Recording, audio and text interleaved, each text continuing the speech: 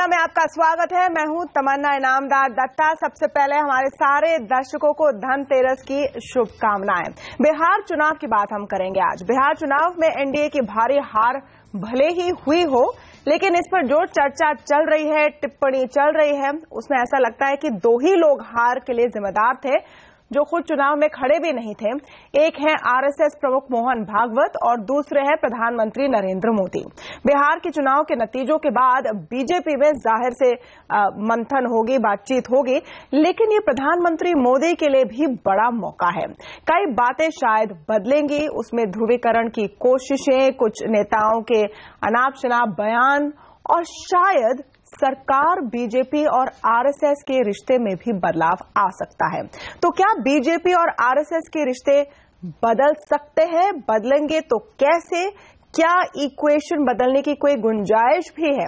इस पर हम आज खास चर्चा कर रहे हैं आवाज अड्डा में। हमारे साथ जुड़े हुए हैं आरएसएस के विचारक संजीव उनियाल, बीजेपी के नेता जय नारायण व्यास, वरिष्ठ पत्रकार रामकृपाल सिंह और firstpost.com के संजय सिंह। स्वागत है आप सबका और दीपावली की शुभकामनाएं आप सबको भी। संजीव उनियाल और जय नारायण व्यास से बात करने के पहले जो हमारे एनालिस्ट हैं उनसे एक मैं व्यू लेना चाहूंगी इस सब्जेक्ट पर। रामकृपाल सिंह जी, चूंकि इतना एनालिसिस और इतनी विश्लेषण हो चुके हैं बिहार के नतीजों पर, लेकिन इस बात पर मेरे ख्याल से सबकी नजर आगे होगी कि बीजेपी और आरएसएस के रिश्ते किस तरह से आगे बढ़ते हैं। इस हार के लिए कई लोगों ने, और इसमें प्रमुख बीजेपी नेता भी हैं, मोहन भागवत के एक बयान को जिम्मेदार ठहराया गया है। इसके बाद अमित शाह मोहन भागवत से मिले भी हैं। क्या उस इक्वेशन में कोई बदलाव हो भी सकता है या होगा? पहली बात तो मैं तमन्ना जी बता दूं कि मोहन भागवत जी का जो एक बयान था, वो बयान ही इस डिफीट का कारण नहीं है। मे भी वो एक गलत समय पर एक बात टिप्पणी की गई थी, समय वो मुझे लगता वो उचित नहीं था जिस समय की गई, असावधानी हुई थी। लेकिन जो मुख्य कारण है वो आरएसएस ही सिर्फ नहीं है। देखिए, जो 16 महीनों में जिस तरह से हुआ है, जिन जिन मुद्दों को उठाया गया है जो बीजेपी के मैनिफेस्टो में नहीं थे, 16 महीनों से 18 महीनों से जो सुर्खियों में आ रहे हैं, वे सिर्फ आरएसएस ने नहीं उठाए, उससे संबद्ध जो बीजेपी का एक बड़ा परिवार है उससे निकल करके, और खुद बीजेपी की पार्टी के लोग, जिनका मतलब जो कि बीजेपी की पार्टी में है, मंत्री हैं, इस तरह से जिन जिन लोगों ने बयान दिए हैं, अगर उसको देखिए तो मुझे यह लगता है कि बहुत हद तक, एक तो यह है कि बीजेपी की शैली, अभी तक जनता इस बात को स्वीकार नहीं कर पा रही है कि बीजेपी चुनाव से पहले, 2000 लोकसभा से पहले के चुनाव के पहले जो उनका एक स्वाभाविक था, एग्रेशन था, वो एग्रेशन सत्ता में आने के बाद कम होना चाहिए था, विनम्रता आनी चाहिए थी, वो नहीं आई है। एक बात। दूसरी बात कि जो चीजें पूरे 18 महीनों में छाई रही हैं, वे तमाम वे चीजें हैं जिनको मैनिफेस्टो से दूर रखा गया था। अब वो दौर आ गया है कि जो बीजेपी के बड़े लीडरशिप है, इंक्लूडिंग मोदी जी और बड़े लोग, उनको ये बताना पड़ेगा कि ये उनके साथ हैं या उनसे अलग हैं, और अलग हैं तो ये जनता में इसका मैसेज भी जाना चाहिए कि नहीं, उन पर कार्रवाई होनी चाहिए और साफ साफ बताया जाना चाहिए, वरना माना जाएगा कि ये बीजेपी का एजेंडा है। जी, ये मैं समझता हूँ सिर्फ आरएसएस तक नहीं है। आरएसएस का जो संयुक्त परिवार है वो पूरी की तरह जो बीजेपी का संयुक्त परिवार है। जो वित्त मंत्री अरुण जेटली ने बयान दिया है आज प्रेस कॉन्फ्रेंस करके, और उसमें उन्होंने खास कहा है कि मोहन भागवत का ये बयान कारण नहीं था। लेकिन संजय सिंह, ये तो मानना होगा कि लालू प्रसाद जो एक पेग ढूंढ रहे थे बुरी तरह से बिहार चुनाव के पहले या फर्स्ट फेज के आसपास, उन्हें वो एक पेग मिल गया मोहन भागवत के बयान से। उसका अर्थ जो भी हो, उसको तोड़ मरोड़ कर पेश किया हो, जो भी हो, वो एक बात तो उनको मिल गई जिसको लेकर वो आगे बढ़े और उसका खूब प्रचार हुआ। आप सही कह रहे हैं तमन्ना। पहली बार जब लालू प्रसाद यादव ने गांधी मैदान में अगड़े पिछड़े की बात कही थी, उस समय वो चीज उतनी अपील नहीं करती थी। जिस समय मोहन भागवत ने कहा, भले ही उन्होंने कोई गलत बात नहीं की थी, सही बात की थी। जैसा आज हुकुमदेव नारायण यादव बीजेपी के जो एमपी हैं, वो कह रहे हैं कि कुछ समय में दिया गया बयान, और मतलब उसकी टाइमिंग काफी गलत थी। मतलब इतनी गलत टाइमिंग हो सकती है कि इलेक्शन का टर्निंग पॉइंट अगर कोई भी बात बन जाए, वो भी सरसंघचालक का, जो बीजेपी के लिए आइडियोलॉजिकल फाउंटेन हेड स्टैंड हैं, श्रद्धा के पात्र हैं, उनको ठीक से रिबट भी नहीं कर सकते, क्लैरिफाई जरूर किया। ये भी अपने आप में पहली बार हुआ होगा, ये भी मेरे ख्याल में शायद पहली बार हुआ होगा कि कोई बीजेपी का एमपी आरएसएस चीफ को सीधा सीधा ये कह रहा है कि वो गलत समय में गलत बयान नहीं करें, गलत समय में कहा गया ये शब्द है जो हमारे लिए घातक सिद्ध हुआ है। दूसरी चीज ये है कि बीजेपी के लोग, अब मुश्किल ये है कि सारे लोग बार बार एक चीज को कह रहे हैं कि उनकी अरिथमेटिक बड़ी स्ट्रांग थी। अभी तक बीजेपी केमिस्ट्री पे काम कर रही थी, वो अरिथमेटिक को भी जुटाने के लिए उन्होंने रामविलास पासवान और मांझी के साथ समझौता किया। अब मुश्किल ये है कि अगर सिर्फ इन कारणों पे जाएंगे तो एक जेन्युइन जो होता है आत्मचिंतन, आत्ममंथन की प्रक्रिया फिर नहीं होगी। ठीक है कि नरेंद्र मोदी और अमित शाह ने इस कैंपेन को लीड किया था, चारों ओर उनके पोस्टर और होर्डिंग्स थे, लेकिन क्या उनको ये भी देखना होगा कि टिकट का बंटवारा उन्होंने सही किया? क्या जिस तरह के प्रतिनिधित्व कैंडिडेट्स को इंडिविजुअल छवि देख करके की गई, साथ में कास्ट कम्युनिटी को देख करके किया गया, क्या कैंपेन जो था वो काफी अग्रेसिव था, ज्यादा श्रिल था? दूसरी चीज जो रामकृपाल जी कह रहे हैं कि क्या 2014 का जो कैंपेन का सक्सेस एक फॉर्मूला था, वो फॉर्मूला अब बदलना चाहिए, क्योंकि हर चीज कोई भी फॉर्मूला टाइम बार्ड होता है। तो अब भी बीजेपी एक सत्ता पक्ष में, ये चीजें हैं जो मुझे लगता है बीजेपी को यहाँ से आगे सोचनी चाहिए। बिल्कुल। और यहाँ पर जयनारायण व्यास जी, जहां तक कारणों को ढूंढने की बात है तो अरुण जेटली साफ कह रहे हैं कि अरिथमेटिक है, लेकिन ये इस समय शायद थोड़ा सा बहाना सा लग रहा है। दूसरा एक कारण साफ नजर आ रहा है कि आरके सिंह और शत्रुघ्न सिन्हा, जिस तरह की बयानबाजी हुई है शत्रुघ्न सिन्हा को लेकर, आज ऐसा लग रहा है कि वो एक लौते पूरे जिम्मेदार थे बिहार के परिणाम के लिए। देखिए, पहले तो कोई किसी भी मुकाबले को आप ले लीजिए, जय और पराजय दो उसके बिल्कुल एक दूसरे से विपरीत पल्लू है। हरमेश कोई विजय ही हो, हरमेश कोई पराजित ही हो, ये नहीं होता जी। तो आज ये बात तो बिल्कुल अब हमारे सामने है कि हमारी बिहार में पराजय हुई है। तो मैं मानता हूं कि इससे आत्मचिंतन करके जो भी सीख हमें लेनी चाहिए, जो भी मुद्दे निकलेंगे, वो मुद्दों पे जरूर विचार विमर्श होगा और सुधरने की जरूरत होगी, वहां सुधरना भी चाहिए। ये बात से मैं पूर्णतया सहमत हूं, क्योंकि किसी भी पॉलिटिकल पार्टी के लिए अगर इस तरह की घटना होती है, और हर पॉलिटिकल पार्टी के तकदीर में कहीं न कहीं ऐसी चीजें लिखी होती है, तो ये उसको आप तकदीर को जिम्मेदार ठहरा रहे हैं जयनारायण व्यास जी? नहीं, आप शब्द तमन्ना जी मत पकड़िए। मैं ये कह रहा हूं कि कहीं न कहीं कैरियर में ये पड़ाव आ जाता है, और एक हार से one swallow doesn't call the summer. मैं आपको एक दाखिला देने जा रहा था। नहीं, फेयर इनफ। और आप मुझे देखिए, मुझे मेरा आर्गुमेंट बीच में से मत काटिए, अदरवाइज मुझे नहीं करना आर्गुमेंट। नहीं, आप जब मैं पूरा मुद्दा आपके सामने रख रहा हूँ, बीच में आप कृपया मुझे न टोके, क्योंकि मेरी पूरी लिंक टूट जाती है। मैं आपको ये कह रहा था तमन्ना जी कि सेकेंड वर्ल्ड वॉर में पूरे ब्रिटेन का ही नहीं, सिर्फ यूरोप का हीरो जो था वो विंस्टन चर्चिल था। अब वो विंस्टन चर्चिल को जो बहुमान मिला ट्रफाल्गर स्क्वायर में, वो आज तक किसी भी ब्रिटिश प्राइम मिनिस्टर को नहीं मिला। मगर उसके बाद जो चुनाव हुए, वो चुनाव में एक ही slogan, cheer Churchill vote Labour, उसने चर्चिल को और चर्चिल की पार्टी को पराजित कर दिया। यानी किसी एक रीजन ढूंढना अभी जो हो रहा था। अब किसी मैच, आप क्रिकेट अभी चल रहा है, तो क्रिकेट में अगर हारते हो तो उसके कई कारण होते हैं, मगर अपने अपने तर्क के मुताबिक कोई कहता है पिच खराब थी, कोई कहता है गेंदबाजी बराबर नहीं हुई, कोई कहता है बल्लेबाज फिसल गए। तो ये धारणाएं हैं अपनी अपनी। ओके, सही बात आपकी जयनारायण व्यास जी, लेकिन ये धारणा जो निकल कर आ रही है, और आपके खुद के नेता जो सीनियर नेता हैं बीजेपी के बिहार में, वो कह रहे हैं कि आरएसएस प्रमुख का जो बयान था वो हमारे लिए घातक साबित हुआ। तो एक कारण तो वो बता ही रहे, उस पर भी क्या चिंतन होगी? देखिए, हर इंसान को और हर लीडर को और हर कार्यकर को अपना मंतव्य रखने की स्वतंत्रता है, और वो अपना मंतव्य रखते हैं। और मैं मानता हूं जो भी मंतव्य में कुछ थोड़ा बहुत भी अगर तर्क है उसकी चिंता होनी चाहिए, चिंतन करना चाहिए। मैं ये भी नहीं कहूंगा कि ये तर्क नहीं कुतर्क है, ये इनका तर्क है, उसके पीछे इनकी कुछ सोच होगी। तो ये सोच क्या है वो समझने का, और अगर वो सोच लाजमी है तो उसके मुताबिक कुछ न कुछ कहीं न कहीं ट्रेजेक्टरी करेक्शन करने का प्रयत्न करना चाहिए। संजीव उनियाल जी, अब एक ऐसे परिणाम के बाद कई तरह की थ्योरी निकलना स्वाभाविक है, कई तरह की टिप्पणी होगी, कई तरह की एनालिसिस होगी।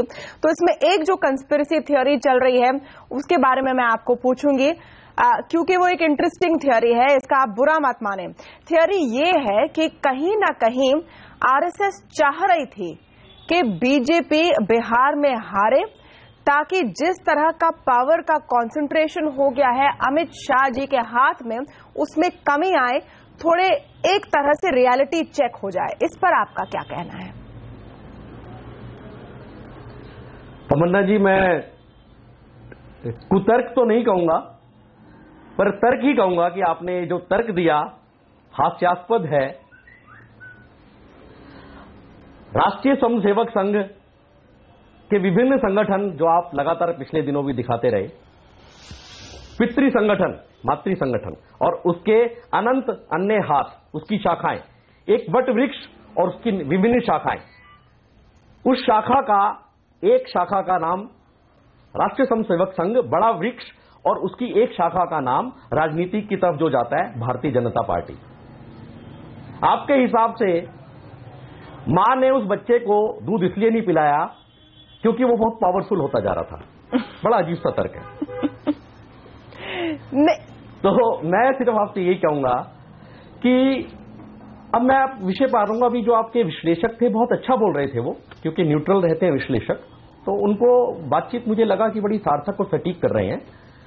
उन्होंने जो राष्ट्रीय स्वयंसेवक संघ के लिए बोला, परम पूजनीय सरसंघ चालक जी के लिए हमारे श्री मोहन जी भागवत, एक्चुअली क्या है कि हम राजनीति क्षेत्र के व्यक्ति नहीं है, और राजनीति क्षेत्र के व्यक्ति के लिए जब भी वो कुछ बोलते हैं तो अगला इलेक्शन, अगला कोई ना कोई बातचीत, अगला कार्यक्रम, ऐसा कहीं ना कहीं मस्तिष्क पटल पर रहता है। मस्तिष्क पटल पर रहने की वजह से वो उससे कोरिलेट करते हैं, और बचा बचाया काम मीडिया वाले लोग करते हैं कि शायद इसलिए कहा कि अगला ये एपिसोड या ये कार्यक्रम या ये इलेक्शन होने वाला है। परंतु मैं मूल विषय पर आ रहा हूं कि सरसंघ चालक जी ने जो विषय कहा, अभी विश्लेषक जी ने भी कहा कि वो बिल्कुल ठीक था, उसको तोड़ मरोड़ कर आपने भी शब्द यूज किया, पेश किया गया लालू द्वारा और नीतीश द्वारा। मैंने कहा परिणाम ये इलेक्शन के रिजल्ट्स हैं जी। हाँ जी, उसका परिणाम जो ये रिजल्ट आया, सिर्फ वही एकमात्र कारण है। ये अपने आप में बहुत बड़ा प्रश्न चिन्ह है, और ये मैं इससे बिल्कुल भी जो है सार्थकता नहीं रखता हूं।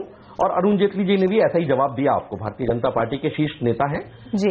तो सरसंघ चालक जी एक हमारा विषय है, और हमारा कार्यशैली जो सरसंघ चालक जी की राष्ट्रीय स्वयंसेवक संघ की रहती है वो एक दूसरी तरफ जाती है, और एक बड़ा दृष्टिकोण रहता है। नहीं बिल्कुल, जब वाहन आप थोड़े नीचे से चलाते हैं तो आपका दृष्टिकोण, तमन्ना जी 1 मिनट और लगेगा, जब वाहन आप नीचे से चलाते हैं 800 में बैठकर, तो आपका जो व्यापक जो दृष्टिकोण होता है वो 5 फुट 3 फुट रहता है। परंतु जब आप किसी एसयूवी में बैठते हैं तो वो दृष्टिकोण 12-15 फुट तक जाता है। तो मैं ये कहता हूं कि जो राष्ट्रीय स्वयंसेवक संघ है उसको विभिन्न संगठनों को अपने साथ चलाना है और उनके कार्यकलापों को देखना है।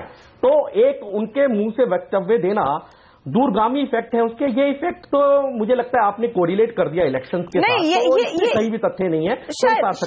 शायद लेकिन अब मैं एक हिस्टोरिकल एक मुझे सवाल पूछने दीजिए संजीव उनियाल जी, आप मुझे सवाल पूछने दीजिए। मेरा तमन्ना जी उससे लिंक है तो को लिंक वो डिलिंक हो जाएगा। प्रारब्धते ना खलु विघ्न वही नीचे विघ्न ही पुनः पुनरपि प्रतिहन्य माना प्रारब्ध उत्तम जना ना परितेजंती। एक खास तौर से एक टारगेट लेके संघ पिछले 90 वर्षों से कार्य कर रहा है, समाज को जोड़ने का, विभिन्न संगठनों को आपस में समन्वय बनाने का। तो उसके निमित्त हो सकता है कि वो एक स्टेटमेंट हो, इस इलेक्शन से उसको ना जोड़ा जाए। ओके, आप नहीं जोड़े हैं उस इलेक्शन को, लेकिन ये आपको मानना होगा संजीव उनियाल जी कि इसको जोड़ा गया। जो आप कह रहे हैं पॉलिटिकल एक शाखा है बीजेपी, उनके प्रतिद्वंदी ने इसको जोड़ा, ये एक बड़ा मसला बन गया और कहीं ना कहीं बिहार में इसका असर पड़ा है, ये सब मानते हैं। और शायद आप अभी भी ना माने।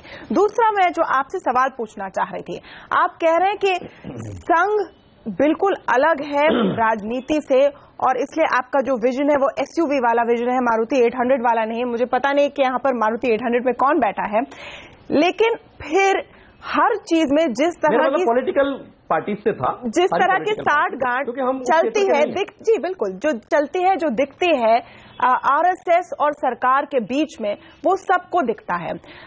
अब इस चुनाव के परिणाम के बाद मोहन भागवत से मिलने गए हैं अमित शाह जी। कुछ महीनों पहले एक बड़ी बैठक हुई थी जहां पर आरएसएस ने एक इवैल्यूएशन लिया था कि मोदी सरकार किस तरह से काम कर रही है।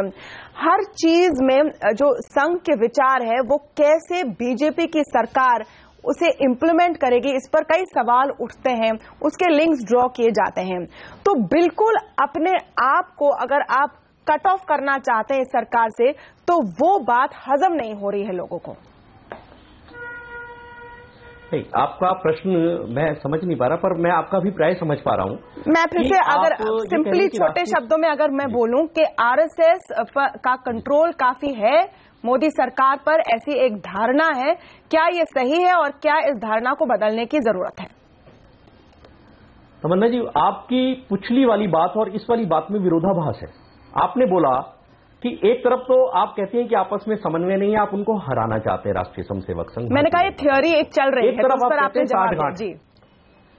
तो आप अब अगले पक्ष में आप मेरी बात से मतलब मान चुकी हैं कि मैं ठीक कह रहा हूं, तो मैं आगे बढ़ता हूं कि आपस में साठगांठ है। तो मैं आपको वही बताना चाहता हूं कि हमारे विभिन्न संगठन हैं, हमारे 35 पुत्र हैं, 35 पुत्रियां हैं, हम उन सबसे उन कार्यकलापों के बारे में डे टू डे मिलना रहता है। तो समन्वय बैठक जिस दौरान जिस चर्चा कर रही हैं आप बैठक की, वो बैठक कोई रिपोर्टिंग नहीं थी, वो बैठक सबके शीर्ष जो उसके उपाध्यक्ष अध्यक्ष जो उसके पर्टिकुलर शाखा के व्यक्ति थे, वो पूरे विभिन्न क्षेत्रों में पूरे भारतवर्ष में घूमते हुए कार्य करते हैं, नई नई चीजों के अवगत होते हैं। तो उसकी उसके बारे में पूरा बताना, क्या हमने उस संगठन को कहां तक पहुंचाया, उसके लिए एक बार बैठना होता है सबका आपस में। तो भारतीय जनता पार्टी भी एक उसका पार्ट है, चलिए ठीक है, शाखा है, ठीक है, मान लिया। बाकी संगठन के साथ आके वहां बैठी, मान लिया ये आपकी एक रेगुलर प्रैक्टिस है जिसमें बात होती है। लेकिन रामकृपाल 90 वर्षों से चल रही। ओके, रामकृपाल सिंह जी, जैसे उनियाल जी ने एक एग्जाम्पल भी दिया कि क्या कोई माँ अपने बच्चे को खाना नहीं देगी क्योंकि वो नाराज है। अब जिस तरह की रिलेशनशिप, जिस तरह का रिश्ता वो खुद डिस्क्राइब कर रहे हैं आरएसएस और बीजेपी का, वो आपने डाला जी, मैंने नाराज शब्द नहीं कहा था कि अच्छा ओके, आपने माँ और बच्चे का रिश्ता बताया है। मेरा आपसे सवाल है रामकृपाल सिंह जी कि ये वाला टच देने की कोशिश ओके सब सुन रहे हैं, सब एक साथ सुन रहे हैं। मेरा जो मेरा सवाल है आप वो सुन लीजिए रामकृपाल सिंह जी। मेरा ये सवाल है कि क्या ये जो एक फीलिंग बन चुकी है या एक जो दृश्य बना हुआ है कि आरएसएस मोदी सरकार को कंट्रोल करती है, उसकी एक बार फिर एको निकल कर आई है बीजेपी के हार के बाद बिहार के नतीजों में, इस पूरे पिक्चर से डिटैच करने की जरूरत है अब मोदी सरकार को? तमन्ना जी, एक चीज मैं आपको थोड़ा सा बता दूं कि जो आज बीजेपी है, कभी जनसंघ हुआ करती थी। जब पहली बार ये जनता पार्टी के रूप में इसका विलय हुआ तो जनता पार्टी टूटने का भी सिर्फ एक कारण था, दोहरी सदस्यता। ये लोग कुछ कह रहे थे कि ये लोग संघ से रिश्ता तोड़ें। बीजेपी ने कहा कि हम संघ से रिश्ता कभी नहीं तोड़ेंगे, चाहे हम सत्ता में रहें या न रहें। तो देखिए, ये उम्मीद रखना कि संघ से रिश्ता बीजेपी का टूट जाएगा, जो लोग जानते ही नहीं इस बात को, ये 77 की बात है, बता रहा हूं, 78-80 की बात है, जब बीजेपी, इसीलिए जनता परिवार टूटा दोहरी सदस्यता पर जी। तो देखिए, बीजेपी का एक आइडियोलॉग संघ है, वो हमेशा रहेगा, बात उसकी नहीं है। तमन्ना जी, अभी मैं जननारायण व्यास जी को सुन रहा था। देखिए, मैं पूरा मुझे बहुत तकलीफ हो रही है कि जो बीजेपी को अपने सत्ता और संगठन की जो गलतियां हुई हैं, वे गलतियां शत्रुघ्न सिन्हा और भागवत में ढूंढी जा रही हैं। मैं बता रहा हूं, ये फिर वही एरोगेंस है कि हम कभी कोई गलती नहीं कर रहे हैं। 16 महीनों से 18 महीनों से हमने कोई गलती नहीं की है, हमारी प्रचार की स्टाइल गलत नहीं है। ये बताइए, भागवत जी ने दिल्ली में तो कोई इस तरह का बयान नहीं दिया था। दिल्ली में दुर्गति क्यों हुई? अपनी देखिए, आप अपनी गलतियों को, मैंने जो सवाल उठाया था, पिछले 18 महीनों में जो लोग आपकी पार्टी की छवि खराब कर रहे हैं, निकल निकल करके जो बयान आपकी पार्टी के लोगों के, जयनारायण व्यास जी रिस्पॉन्ड कीजिए। सीधी व्यास, बस सीधी बात है, या तो आप ये कहिए कि आप उनके साथ हैं या आप उनसे अलग हैं।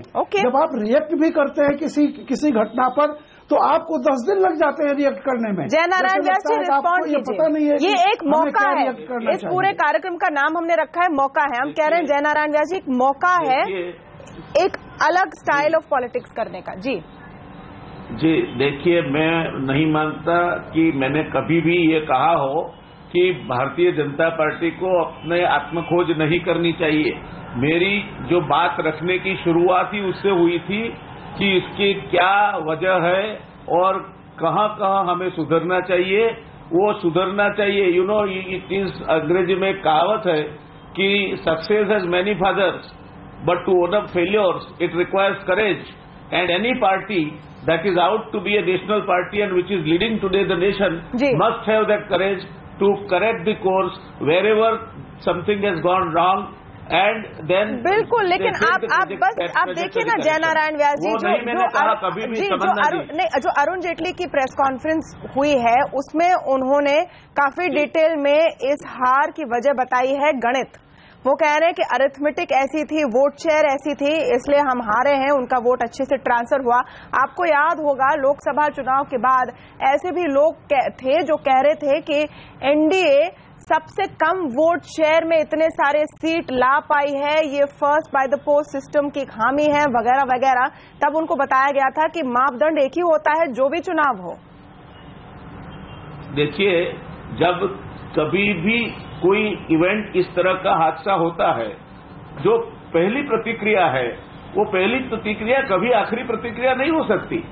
ये मसला ऐसा नहीं है कि आज ही 8 घंटे में इसका निष्कर्ष पे पहुंच जाए आप और ये कहे कि ये हो ना हो। देखिए तमन्ना जी, फिर एक मैं एग्जांपल दूंगा। मुझे सेकंड वर्ल्ड वॉर के मूवीज देखने का शौक है। आप ब्रिज ऑन रिवर क्वाई से लेकर दी लॉन्गेस्ट डे तक के पिक्चर देखिए। जो भी मूवीज है सेकंड वर्ल्ड वॉर के, उसमें जर्मनों को मूर्ख बताया गया है क्योंकि वो जीतने वाले लोगों ने बनाए हैं। तो जब आपकी गलती होती है, जब आपकी कहीं न कहीं हार होती है, तो इसका ठिकरा कहीं न कहीं किसी न किसी के ऊपर और कहीं न कहीं जिसके मर्जी में जो आता है छोड़ने का प्रयत्न करता है। मगर हार से नम्र होना चाहिए, हार से सीखना चाहिए, और अगर आप हार से सीखते हैं तो आगे चल के जीत आपकी होनी है, वो भी तय है। मगर हार से अगर आप नहीं सीखेंगे तो मैं मानता हूं कि that is the end of the road. जी, क्या सीखेंगे, इसी पर हम सवाल उठा रहे हैं आज इस कार्यक्रम में। हार से आप क्या सीखेंगे? संजय, ये बताएं कि जिस मौके की हम बात कर रहे हैं और मोदी सरकार के खास तौर पर, चूंकि प्रधानमंत्री ने अपने आप को फ्रंट फुट पर रखा, इसमें एक कैंपेन वो कर रहे थे अग्रेसिवली। अब ये भी एक बात सामने आ रही है कि क्या जरूरी है कि हर स्टेट इलेक्शन में प्रधानमंत्री खुद अपने आप को स्टार कैंपेनर बनाएं और एक तरह से अपने आप को एक्सपोज करें, एक वल्नरेबल बनाए? देखिए तमन्ना, एक बात तो ये तय है कि प्रधानमंत्री को एक चीज है कि शायद ओवर एक्सपोजर है और उनके इर्द गिर्द किसी भी तरह की जो रिंग फेंसिंग होती है वो बचाव के लिए कोई अलाबाई नहीं रखा गया है। ये भी शायद बहुत अच्छी स्ट्रैटेजी नहीं है बीजेपी की, और वो भी इस तरह की हार होती है तो इस तरह के सवाल उठना लाजमी है। प्रधानमंत्री को पहला ये होगा कि अपने कैबिनेट का भी उनका काफी टाइम से रिशफल ड्यू है, शायद वो उसके बारे में सोचें। उनके पार्टी के अंदर अब कैलाश विजयवर्गीय जैसे एक वो व्यक्ति हैं जो बार बार कुछ बोल जाते हैं, उधर वो साक्षी महाराज कभी बोल जाते हैं, कभी योगी आदित्यनाथ बोल जाते हैं, मंत्रिमंडल में महेश शर्मा बहुत लंबी सूची है, ऐसे तमाम लंबी लिस्ट है। देखिए जो इम्पोर्टेंट बात है वो संजीव उनियाल जी जो कह रहे थे कि आरएसएस माँ है और बीजेपी वो बच्चा है। माँ को कभी भी अधिकार है कि बच्चे को फटकार दे, कहाँ न मेटना है कहाँ न मेट दे, कोई और तरह से उसे डांटना फटकारना है, समझाना समझाना। बच्चे को कभी ये अधिकार नहीं होता। किसको चुना है? बच्चे को कभी इस देश ने बीजेपी को चुना है, एनडीए को चुना है। बच्चे को, मैं वही कह रहा हूँ, बच्चे को ये अधिकार नहीं। बच्चा अगर माँ को बोलेगा तो वो नालायक करार दे दिया जाएगा। सो ये रिश्ता जो डिफाइन किया जाता है ये हर समय एक बड़ा ही मतलब वो मोरली आरएसएस का काफी सुपीरियर पोजीशन हो जाता है। मैंने इसीलिए कहा कि हुकुमदेव नारायण यादव का ये कहना जो एक जमीन से जुड़े हुए नेता है, देखिए आज की स्थिति क्या है बीजेपी के अंदर। बिल्कुल बिल्कुल सिन्हा एक तरफ बोल रहे हैं। संजय, मुझे आपको रोकना पड़ेगा क्योंकि बिल्कुल मेरा समय समाप्त हो गया। ये इतनी दिलचस्प चर्चा हमारी हो रही है, लेकिन समय इतना ही हमारे पास कार्यक्रम में। बहुत बहुत शुक्रिया संजीव उनियाल जी, जय नारायण व्यास जी, रामकृपाल सिंह और संजय सिंह हमारे साथ इस दिलचस्प चर्चा में जुड़ने के लिए। शायद ये इसका एक पार्ट 2 हम करें आने वाले दिनों में। और शुभकामनाएं आप सबको इस फेस्टिव सीजन की। नमस्कार।